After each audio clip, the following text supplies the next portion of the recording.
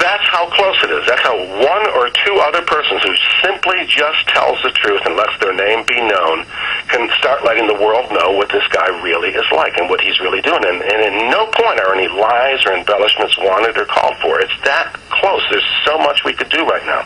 There's the FactNet questionnaire. There's 140-some questions that are asking many details that involve criminality and all that involving organized Scientology and Miscavige. There's answering those things.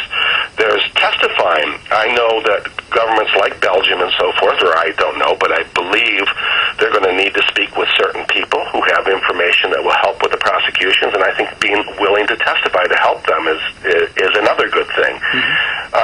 If you've been beaten, file a complaint. That's it. As simple as that. You don't have any...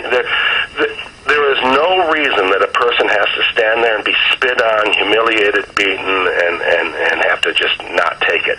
Some people aren't speaking up because they don't want to destroy what they consider to be their church. Well, I'm saying if that's what the church is all about, it ought to be destroyed.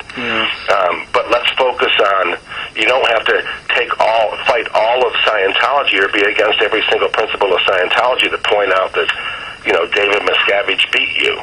Yeah. And I'm just saying, tell the truth. Answer the if you have relevant information to questionnaires, if you have relevant information to testimony, if you can talk about the disconnections that have happened, if you be freely open with the press on this, education will come out, the light of truth will shine, and the problem will take care of itself. Yeah. Anyway, that's my opinion. Yeah. And I think that the truth is what's needed, and the truth is what can really make a big difference. Right. I mean, when one person commits physical violence like that against another, these people should make a report to the sheriff or police department and see to it that the criminal investigation is carried out. It's just these people should learn not to take that kind of abuse. That's horrendous.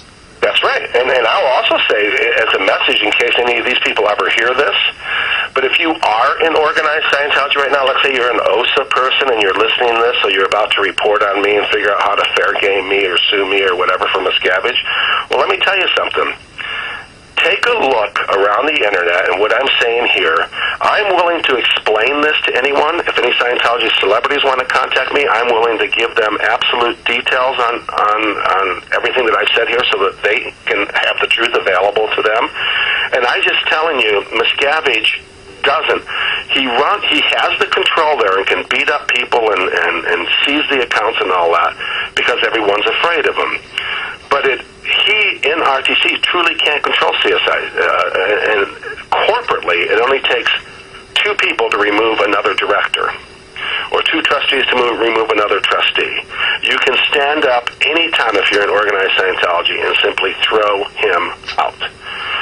And I'm just telling you, let's just start with the truth and let a lot of it be known, and as that happens, maybe some of our governments will start doing their duty and investigating some of the crimes and that go on within this organization. Yeah.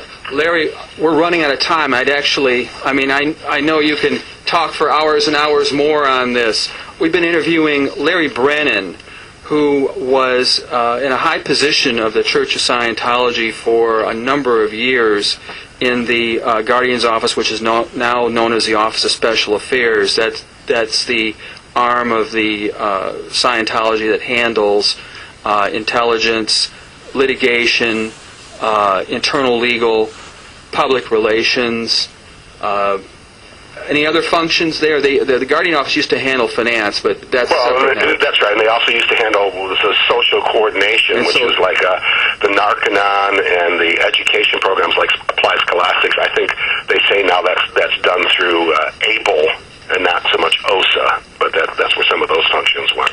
Okay, but that's actually Office of Special Affairs, which is OSA. Basically administers ABLE, these social groups, so they oversee them. Yeah. Okay. Well, there isn't any local group that has the freedom to make their own decisions that's involved with the Scientology structure. It all is ultimately centrally controlled. It's just that one is going to have to pierce the corporate veils legally to make Miscavige and people like that responsible, but it's it's there, and they control it. Every one of them, doesn't matter what organization they're in, they are centrally controlled. Yeah. Larry, really appreciate you being on the program today. I'd like to have you back in the future. There's a number of other topics we can kind of branch off. We've been talking about various abuses, personal abuses, as well as different corporate abuses within the Church of Scientology itself. And these abuses actually go beyond what one would normally think of in terms of what a religion should do. And it appears that there's the structure of this organization really is more on the kin of a unscrupulous business rather than a bona fide religion. This is something that we need to be aware of as citizens, something that we need to really look at. A number of governments in Europe are actually taking action, really understand what's going on, don't approve of these abuses, and are taking action.